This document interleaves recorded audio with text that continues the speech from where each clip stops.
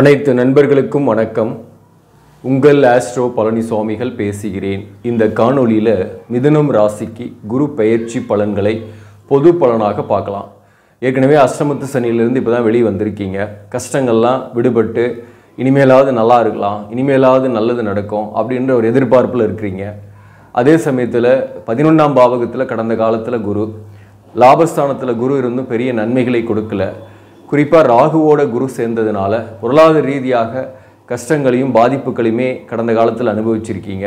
திருமண வாழ்க்கையில் கூட பார்த்தீங்கன்னாக்க பிரிந்திருக்கக்கூடிய சூழ்நிலை அல்லது வாழ்க்கை துணைவரால் டாமினேஷனுக்கு உள்ளாக்கப்பட்டு கருத்து வேறுபாடுகளோடு ஒரே வீட்டிலேயே கூட வாழ்ந்துட்டு இருக்கக்கூடிய சூழ்நிலை சில பேருக்குலாம் இருந்துகிட்டு இருக்கோம். சில பேருக்கு எக்ஸப்ஷன் கேஸாக சில பேருக்கு நல்லாவும் இருந்திருக்கு. அவங்களுக்கு நடக்கக்கூடிய தசாபுக்தி பார்த்தீங்கன்னாக்க யோக கிரகத்தோட தசாபுக்தி நடக்கும்போது எவ்வளோதான் பிரச்சனைகள் இருந்தாலும் அது சமாளிக்கக்கூடிய வல்லமை அவங்கக்கிட்ட இருக்கும். அதே தான் சொல்கிறேன். இப்போ இந்த விரய குரு வராரு, விரக்தியை கொடுக்கும், விரயத்தை கொடுக்கும் அப்படின்னு கூட நம்ம டைட்டில் கொடுத்துருக்குறோம். ஆனாலும் உங்களுக்கு நல்ல தசாபுக்தி நடக்குது, யோக கிரகத்தோட தசாபுக்தி நடக்குது, நிச்சயமாக உங்களுக்கு பெரிய அளவுக்கு பாதிப்பு வராது. இந்த குரு பகவான் மே மாதம் 1ஆம் தேதி காலையில் 11:57 மேஷ ராசியிலிருந்து 12ஆம் பாவகமாக வரக்கூடிய ரிஷபராசிக்கு பயிற்சி ஆகிறார். இந்த குரு பெயர்ச்சி என்பது உங்களுக்கு விரயஸ்தானத்தில் குரு வராரு. இது எப்படிப்பட்ட பாதிப்புகளை ஏற்படுத்தும் அல்லது ஏதாவது நன்மைகள் உண்டா இதனால் என்பதை பற்றியும், அந்த பாதிப்புகளிலிருந்து எப்படி நாம் விலகுவது அல்லது தப்பிக்கிறது என்பதை பற்றியும் இந்த பதிவில் நாம் டீட்டெயிலாகவே பார்க்கலாம். பொதுவாகவே குரு பகவான் உங்களுக்கு கலஸ்தரக்காரகன், 7ஆம் அதிபதியாகவும் 10ஆம் அதிபதியாகவும் வரக்கூடியவர். 7ஆம் பாவகத்துக்கு 6ஆம் இடமாக வரக்கூடிய 12ஆம் பாவகத்தில் குரு இருக்கிறாரு. 10ஆம் பாவகத்துக்கு 3ஆம் இடமாக வரக்கூடிய 12ஆம் பாவகத்தில் குரு இருக்கிறார். அப்போது இந்த 2 பாவகத்துக்கும் மறைவு ஸ்தானத்தில் குரு போய் உட்கார்றாரு அப்படின்னு தான் நம்ம இங்கே எடுத்துக்கணும் முக்கியமாக. அதனால் பாதிப்புகள் தான் நிறைய வரத்துக்கான வாய்ப்புகள் உண்டு. குறிப்பாக பார்த்தீங்கன்னாக்க பண விஷயத்தில் நீங்கள் எச்சரிக்கையாக இருக்கணும். நீங்கள் ஒரு சொத்தே வாங்குறீங்கன்னா கூட சுப விரயங்கள்லாம் நிறைய வரும். வீடு வாங்குறீங்க அல்லது ஒரு இடம் வாங்குறீங்க அப்படின்னாக்க வாஸ்துப்படி கரெக்டாக இருக்கான்னு பார்க்கணும். அல்லது அதிக விலை கொடுத்து வாங்கக்கூடிய சூழ்நிலையை ஏற்படுத்திடும். டாக்குமெண்ட்லாம் பக்காவாக வெரிஃபை பண்ணிக்கணும். அதில் நஷ்டம் அடையக்கூடிய வாய்ப்பும் உண்டு. அதே போல் பார்த்தீங்கன்னாக்கா இன்னொருத்தருக்கு பணம் கொடுக்குறீங்க, அதை வாங்க முடியாத மாதிரி கஷ்டங்கள் ஏற்படும். கூட்டாளியை நம்பி கூட்டு தொழில் ஆரம்பிக்கிறீங்க, கூட்டாளிகளோடு சேர்ந்து ஒரு தொழில் செஞ்சுட்டுக்கிறீங்க, அதில் கொஞ்சம் இன்வெஸ்ட்மெண்ட் பண்ணுறீங்கன்னாக்க அந்த பணம் டம்ப் ஆகி அப்படியே நின்றுட்டு இருக்கும். அதுலேருந்து ரிட்டர்ன்ஸ் வராமல் கஷ்டப்பட்டுட்டு இருக்கும். ஸோ அது வராமல் உங்களுக்கு மன வருத்தத்தை கொடுக்கும். மொத்தத்தில் பொருளாதார ரீதியாக எங்கேயாவது உங்கள் பணம் முடக்கமாகிறதுக்கோ அல்லது நஷ்டமாகிறதுக்கோ வாய்ப்புகள் அதிகம் உண்டு. அல்லது ஷேர் மார்க்கெட்டில் நிறைய இன்வெஸ்ட்மெண்ட் பண்ணுறீங்க, அது லாஸ் ஆகிறதுனால உங்களுக்கு பண நஷ்டங்கள் ஆகக்கூடிய வாய்ப்பும் உண்டு. இந்த மாதிரி ஏதோ ஒரு வகையில் பணம் போய் உங்களுக்கு இழப்புகளை ஏற்படுத்தி மன வருத்தத்தை கொடுக்கும். அதுதான் ஃபஸ்ட்டு நீங்கள் கவனமாக இருக்கணும். அடுத்தது சுபகாரியங்கள்லாம் நடக்கும். இல்லத்தில் சுபகாரியம், அதனால் சுப செலவுகள் ஏற்படும். குறிப்பாக உங்கள் பிள்ளைக்கு பார்த்தீங்கன்னாக்க சுபகாரியம் நடக்கிறதுக்கு வாய்ப்பு உண்டு. ஏன்னா 5க்குரியவனும் சுக்கிரன். இந்த சுக்கிரனை வீட்டில் குரு இருக்கிறதுனால நீண்ட நாளாக உங்கள் பிள்ளைகளுக்கு வளர்ந்த பிள்ளைகளாக இருக்கிறாங்க, வரன் பார்க்குறீங்க, செட் ஆகலைன்னா இந்த காலகட்டத்தில் செட் ஆகக்கூடிய வாய்ப்பு உண்டு. அதற்கு நீங்கள் செலவுகள் செய்யக்கூடிய சூழ்நிலை ஏற்படும், சுப செலவுகளும் ஏற்படும். அதே போல் பார்த்தீங்கன்னா வயதானவர்களாக இருக்கீங்க அப்படின்னாக்கா உடல்நலத்தில் கொஞ்சம் கவனம் செலுத்திங்க. அந்த ஃப்ரஸ்ட்ரேஷன் கொஞ்சம் நிறையவே இருக்கும். பொதுவாகவே ஃப்ரஸ்ட்ரேஷன்றது 12ஆம் பாவகத்தில் குரு இருக்கிறதுனால பார்த்தீங்கன்னாக்கா ஒரு எல்லாம் இருந்தும் ஒரு மன அழுத்தம் இருந்துகிட்டே இருக்கிற மாதிரி இருக்கும். மேலும் திருமண வாழ்க்கையை பொறுத்தவரையிலும் எப்படி இருக்கும் அப்படின்னாக்க இந்த 7ஆம் அதிபதியாக வரக்கூடியவர் தன் வீட்டுக்கு 6ஆம் வீட்டில் இருக்கிறதுனால பார்த்தீங்கன்னாக்க வாழ்க்கை துணைவரோட ஒரு கருத்து வேறுபாடு, சச்சரவுகள்லாம் இருக்கிற மாதிரி தான் இருக்கும். ஒரே வீட்டில் குடும்ப வாழ்க்கையில் பிரியாமல் இருக்கிறீங்கன்னா கூட ஒரு மனஸ்தாபங்களும் சங்கடங்களும் போகும். அதே போல் பார்த்தீங்கன்னாக்க வாழ்க்கை துணைவரின் உறவு வகையில் சில மன அழுத்தங்களை ஏற்படுத்தக்கூடிய சூழ்நிலையும் உங்களுக்கு ஏற்படும். வேலையை பொறுத்தவரையில் வேலையில் இருப்பவர்களுக்கு ஒரு டென்ஷன் இருக்கும், ஒரு மன அழுத்தம் இருக்கும். குறிப்பாக கூட பணிபுரியர்களாலேயோ அல்லது மேலதிகாரிகளாலேயோ கொஞ்சம் பிரச்சனையை சந்திப்பீங்க வேலை பார்க்கக்கூடிய இடத்துல. சில பேருக்கு வேலையை விட்டுட்டு வேறு வேலைக்கு போகலான்ற எண்ணங்கள்லாம் கூட இருக்கும். அது கடந்த மாதங்கள்லேயே இடமாற்றங்களும் பயணங்களுன்ற தலைப்பில் கூட ஒரு பதிவு போட்டிருந்தேன் மிதுன ராசிக்கு. ஸோ அந்த மாதிரி ஒரு சூழ்நிலை தான். இந்த நேரத்தில் உங்களுக்கு ஒரு இடமாற்றம் ஏற்படும். அது இருக்கிற இடத்த விட்டு வேற ஒரு இடத்துக்கு போகிற மாதிரி இருக்கும். வேறு ஸ்டேட்டுக்கு, வேறு நாட்டுக்கு ஒரு தொலைதூர பயணங்கள்லாம் சாத்தியமாகும். வேலையில் ஒரு இடமாற்றம் ஏற்படும். இப்போ இருக்கக்கூடிய வேலையை விட்டுட்டு வேற ஒரு இடத்துக்கு மாற போகிறீங்க. சில பேருக்கு திடுதிப்புன்னு வேலை போயிடுதுன்னா கூட வேற ஒரு ஊரில், வேற ஒரு நாட்டில் அல்லது முயற்சி பண்ணுறீங்க அப்படின்னாக்க அதற்கான வாய்ப்பு இருக்குது, வேலை கிடைக்கும். வேலையெல்லாம் கிடைக்காம போகாது, ஆனால் கொஞ்சம் முயற்சி பண்ணணும். அலைச்சல்கள் இருக்கும், பயணங்கள் இருக்கும். அதை வந்து பார்த்துங்க. அதே போல் 12ஆம் பாவகத்தில் குரு இருக்கிறது, அயன சயன ஸ்தானத்தில் குரு இருக்கிறது. சுபகிரகம் பொதுவாக 12ல் இருக்கும்போது அயன சயனம் என்பது நல்லாவே இருக்கும், அதாவது நல்ல தூக்கம் வரும். அதே போல் உங்களுக்கு தாம்பத்திய வாழ்க்கையில் கூட பார்த்தீங்கன்னாக்க பிரியாமல் கணவன் மனைவி ஒன்றா இருக்கிறீங்கனாக்க இந்த நேரத்தில் வந்து என்னதான் சண்டை போட்டாலையும் வாழ்க்கை துணைவரோட கருத்து வேறுபாடு இருந்தாலையும் அவரோட நல்ல ஒரு தாம்பத்தியமும் இருக்கும், அதனால் ஒரு மகிழ்ச்சிகரமும் இருக்கும் குடும்பத்தில். அதாவது ஏதோ ஒரு வகையில் வந்து தாம்பத்திய வாழ்க்கையில் ஒரு பிரச்சனை வராமல் பார்த்துக்குவீங்க. ஆனாலும் வந்து ஒரு கருத்து வேறுபாடெலாம் வந்து போகும். அல்லது அப்படி கருத்து வேறுபாடு வரல, எந்த பிரச்சனையும் இல்லை, கணவன் மனைவி நாங்கள் ஹாப்பியாக இருக்கிறோம் அப்படின்னாக்க வாழ்க்கை துணைவருடைய உறவு வகையில் உங்களுக்கு ஏதாவது ஒரு நச்சரிப்பு இருக்கும்.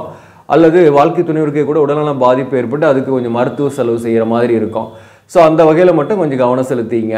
மேலும் வந்து பார்த்தீங்கன்னாக்க பிரிந்த கணவன் மனைவி சேர முடியுமா அப்படின்னாக்க அதற்கான பதில் வந்து உங்கள் சுய ஜாதகத்தில் தான் இருக்குது. உங்கள் ஜாதகத்தில் தோஷங்கள் இருக்குது, இருதார தோஷம் இருக்குது, கலஸ்தர தோஷம் இருக்குது அப்படின்னாக்க அவர்கள் பிரிந்திருந்தாலும் மீண்டும் சேரக்கூடிய வாய்ப்பு இல்லை. அவர்களுக்கு மறுமணம் போன்ற முயற்சிகள் செய்யக்கூடிய சூழ்நிலை வரும்.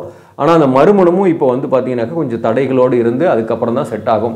இப்போ வந்து பார்த்தீங்கன்னா சனி 9ல் இருக்கிறாரு, அதனால் நிறைய முயற்சிகள் பண்ணணும். எந்த ஒரு விஷயத்தையுமே அலைச்சல்கள் பயணத்தோடு தான் முயற்சி பண்ணும்போது அது செட் ஆகக்கூடியதாகவே இருக்கும். உங்களுக்கு திருமணம்ன்றதும் அதே மாதிரி தான், கொஞ்சம் முயற்சி நிறைய கூடுதலான முயற்சி பண்ணணும். ரொம்ப நாளாக மேரேஜ் ஆகாமல் இருக்குது, இப்போ மேரேஜ் ஆகுமா அப்படின்னாக்க நீண்ட ஒரு முயற்சிக்கு பின்பு அது அமையும். பட் உங்கள் சுய ஜாதகத்தின்படி பார்த்தீங்கன்னாக்க இப்போ 7ஆம் அதிபதியோட தசாபுக்தி அல்லது 2ஆம் அதிபதியோட தசாபுக்தி அல்லது 5ஆம் அதிபதி 9ஆம் அதிபதியோட தசாபுக்தி நடக்குது. அந்த கிரகமும் உங்கள் ஜாதகத்தில் சுபத்துவமாக இருக்குது, நல்ல ஒரு சாணபலம் பெற்று இருக்குது அப்படின்னாக்க அவர்களுக்கு கோச்சாரம் எப்படி இருந்தாலும் அவர்களுக்கு நன்மைகளே நடக்கும், அவர்களுக்கு திருமணமும் ஆகும், பொருளாதார ரீதியாகவும் நல்லாவே இருப்பாங்க. பண விஷயத்தில் ஏமாற மாட்டாங்க. அப்படியே பணம் வந்து இன்வெஸ்ட்மெண்ட் பண்ணாங்கன்னா கூட இந்த மாதிரியான சுப விரயங்கள் தான் ஆகும். அதாவது ஒரு சொத்து வாங்குறாங்க அல்லது வந்து ஒரு திருமணம் செய்யக்கூடிய சூழ்நிலை வீட்டில், அல்லது பிள்ளைகளுக்கு கல்வி செலவுக்காக கட்டுறது, டொனேஷன் அங்கங்கே தர்றது, இந்த மாதிரியான சுப விரயங்களே நிறைய ஏற்படும். ஏமாறுறதுன்றது நமக்கு நடக்கக்கூடிய தசாபுக்தியும் சரியில்லாதவர்களுக்கு தான். இப்போ உங்களுக்கு தசாபுக்தியும் சரியில்லை, அட்டமாதிபதியோட தசை நடக்குது அல்லது 6ஆம் அதிபதியோட தசை நடக்குதுன்னு வச்சிங்களேன், அவர்கள் வந்து பார்த்தீங்கன்னாக்க எச்சரிக்கையாக இருக்கணும். இதை வந்து இந்த சதுரங்க வேட்டை படத்தில் ஒரு வசனம் வரும், ஒருத்தனை வந்து ஏமாற்றணுன்னாக்க அவனுக்கு வந்து ஆசைகளை அதிகப்படுத்தணும், பேராசையை ஏற்படுத்தணும்னு.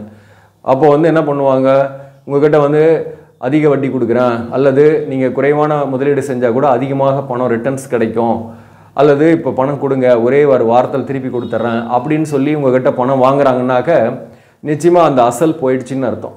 அதுதான் திரும்பி வர்றதில் உங்களுக்கு சில சிரமங்களையும் பிரச்சனைகளையும் ஏற்படுத்தும் என்றே சொல்லலாம். அந்த விஷயத்தில் நீங்கள் கவனமாக இருக்கணும். யாருக்குன்னாக்க உங்கள் சுய ஜாதகப்படி இப்போது அஷ்டமத்து ஸ்தானத்து அதிபதியோட தசையோ அல்லது அஷ்டம ஸ்தானத்தில் இருக்கக்கூடிய கிரகத்தோட தசையோ நடக்குது, அல்லது 6ஆம் பாவகத்தில் இருக்கக்கூடிய கிரகத்தோட தசை நடக்குது, 12ஆம் பாவகத்தில் இருக்கக்கூடிய கிரகத்தோட தசா புக்தி நடக்குது அல்லது அந்தரம் நடக்குதுனாக்க நீங்கள் கொஞ்சம் கவனமாக தான் இருக்கணும். நல்ல தசாபுக்தி நடக்கிறவங்களுக்கு விரயங்கள் வந்து சுப விரயமாகவே போயிடும். அப்படி இல்லை அப்படின்னாக்க நிறைய எக்ஸ்பென்சஸ் நிறைய ஆகும். அது குடும்ப செலவு, மருத்துவ செலவு, அல்லது ஏதோ ஒரு வகையில் திடுதிப்புன்னு ஒரு செலவு வரும். ஆனால் வரவுன்றது கொஞ்சம் குறைவாக இருக்கும். செலவுக்கும் வரவுக்கும் ஒரு இடைவெளி இருந்துக்கிட்டே இருக்கும். அப்போ உங்களுக்கு வந்து கஷ்டங்கள் தொடர்ற மாதிரியே இருக்கும். கடன் வாங்கக்கூடிய சூழ்நிலை வரும். கடன் வாங்கினீங்கனாக்க இந்த காலகட்டத்தில் கடன் வாங்குறதுக்கான வாய்ப்பு இருக்குது. இப்போ குரு பார்வைக்கு வர இந்த குரு வந்து பார்க்குற இடத்த வளப்படுத்துவார். குரு வந்து 12ஆம் பாவகத்தில் இருந்தாலையும் குருவோட பார்வை சில நன்மைகளை கொடுக்குது. அப்போது குரு 5ஆம் பார்வையாக 4ஆம் பாவகத்தை பார்க்கும்போது உங்களுக்கு வீடு வாங்கிறது, சொத்து வாங்கிறது, வாகனங்கள் புதிதாக வாங்கிறது, அல்லது பழைய வாகனத்தை விட்டுட்டு புதிய வாகனம் வாங்கிறது, குடியிருப்பு வீட்டை மாற்றுறது, வேற ஒரு லொக்கேஷன் மாற்றம் ஏற்படுறது, இதெல்லாமும் உங்களுக்கு ஏற்படும். தாய்வழி உறவுகளோடு இருந்து வந்த கருத்து வேறுபாடு, பகை நீங்கும். அதே சமயத்தில் தாயாருக்கு இருந்து வந்த உடல்நல பாதிப்புகள் நீங்கும். அது ஒரு பாசிட்டிவான ஒரு விஷயம் இருக்குங்க. அதே போல் குருவோட பார்வை 7வது பார்வையாக உங்கள் ராசிக்கு 6ஆம் இடத்தை பார்க்கும். அப்போ 6ஆம் பாவகத்தை குரு பார்க்கும்போது அந்த பாவகம் வலுப்படுது. அப்போ என்ன ஆகும், வேலை இல்லாமல் இருப்பவர்களுக்கு வேலை கிடைக்கும். 6ஆம் பாவகம் என்பது கடன், நோய், எதிரி மட்டுமல்லாமல் வேலை வாய்ப்பு, போட்டித் தேர்வுகளில் வெல்லக்கூடிய வாய்ப்பு, எதிரிகளை வெல்லக்கூடிய வாய்ப்பு, வழக்குகளில் வெல்லக்கூடிய வாய்ப்பு, இதெல்லாமும் குறிக்கக்கூடிய இடம். அப்போது வந்து பார்த்தீங்கன்னாக்க ஒரு பக்கம் உங்களுக்கு சொத்துக்கள் வாங்குறதுக்கோ அல்லது திருமண செலவுகள், சுப செலவுகளுக்கோ அல்லது மருத்துவ விரயங்களுக்கோ இந்த மாதிரி விரயங்கள் ஒரு பக்கம் வந்தாலையும் கடன் வாங்கக்கூடிய சூழ்நிலையும் வரும். ஒரு கடனை வாங்கி இன்னொரு கடனை அடைப்பீங்க. கடனை வாங்கி கொஞ்சம் மன அழுத்தம் உள்ளாகும். அப்போது அதிக வட்டிக்கு கடன் வாங்குறத தவிர்த்துருங்க. அளவுக்கு மீறி செலவு பண்ணும்போது கடன் வாங்கக்கூடிய சூழ்நிலையும் ஏற்படும். அதே போல் வேலை பார்க்கக்கூடிய இடத்துல எதிர்ப்புகள் இருக்கும். உறவுகளோட எதிர்ப்புகள் இருக்கும். குறிப்பாக வாழ்க்கை துணைவர் உறவு வகையில் எதிர்ப்புகள் வரும். அவர்கள் வகையில் சில பேருக்கு வழக்குகள் கூட இருக்கும். டிவோர்ஸ் கேஸு அல்லது சொத்துக்கள் தொடர்பான கேஸ் இருக்கும். அதே போல் சில பேருக்கு வந்து பார்த்தீங்கன்னாக்க சகோதரர்களுடன் கருத்து வேறுபாடு கேஸு போன்றவையும் இந்த காலகட்டத்தில் ஏற்படும். அதெல்லாம் ஜெயிப்பீங்களான்னா கண்டிப்பாக ஜெயிப்பீங்க. அந்த மாதிரி கேஸில் இருக்கீங்க, ஆல்ரெடி கேஸ் நடந்துட்டு இருக்குதுன்னா கூட உங்களுக்கு சாதகமான தீர்ப்பு வரக்கூடிய வாய்ப்பு உண்டு. அதே போல் பார்த்தீங்கன்னாக்க வேலை இல்லாதவர்களுக்கு வேலை தேடுறீங்கன்னா கண்டிப்பாக வேலை கிடைக்கும். ஆனால் ஒரு முயற்சிக்கு 4-5 முயற்சி செய்யணும். ஏன்னா சனி வந்து 9ல் இருக்கிறாரு. ஹார்ட் ஒர்க் பண்ணால் தான் உங்களுக்கு அதற்கான பலன் கிடைக்கும்னு சொல்லியிருக்கிறேன். 9ஆம் இடத்துல இருக்கக்கூடிய சனி 3ஆம் இடத்தை பார்ப்பார். அப்போது சிறுதூர பயணங்கள் அலைச்சல்கள்லாம் அதிகமாகவே இருக்கும்.